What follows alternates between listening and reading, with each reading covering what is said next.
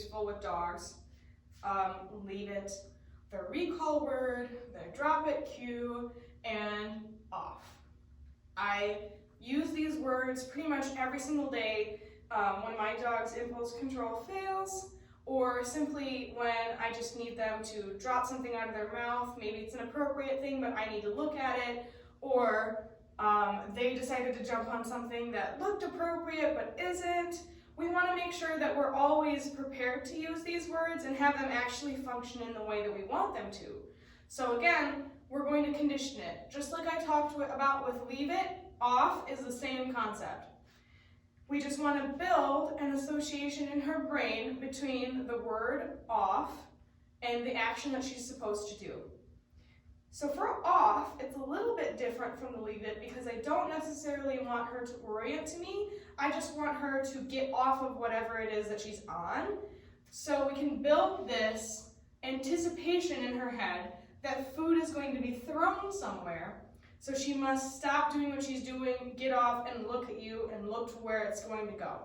This functions really well in real life, and pretty soon you'll be able to, not pretty soon, you should be able to functionally use it now. So to start, all we're doing is saying, Annie, off, and throwing a piece of food. Super simple. Annie, off.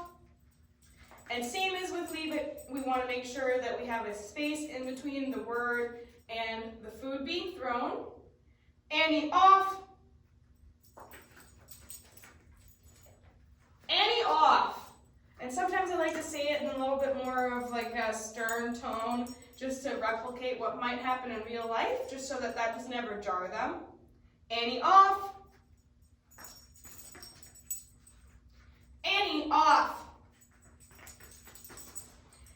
Annie, off. And even if there's something on the counter for her to get into, if you say, Annie, off, she's likely to start looking at where that food was thrown. Even if she didn't see it be thrown, she's going to start looking around on the ground, which is exactly what we want. We want her to come off of the thing and go look around, or not necessarily go look around. We want her to just come off of the thing. If she goes to look around and sniff around on the carpet a little bit after that, even if there is no food at the moment and you're just using it functionally, that's much better than the alternative of her just ignoring you and continuing to do it anyways, or for you to have to escalate and for your bond to suffer a little bit because of that. Annie, off. So, Annie, off. We just want to continue building this. Annie, off. And a suggestion that I would have, something that I have to deal with a lot personally with my personal dogs. I have a very young, adolescent, very large Labrador puppy who is learning that he has access physically to just about anything that he may want.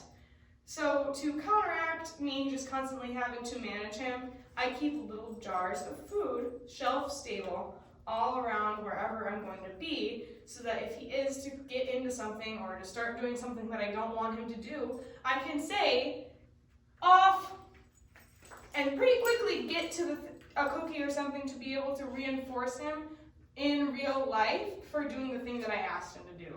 And doing that consistently, even if you don't do it every single time, will create a dog who does this very easily and consistently.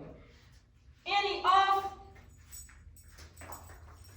So that is how we work on the word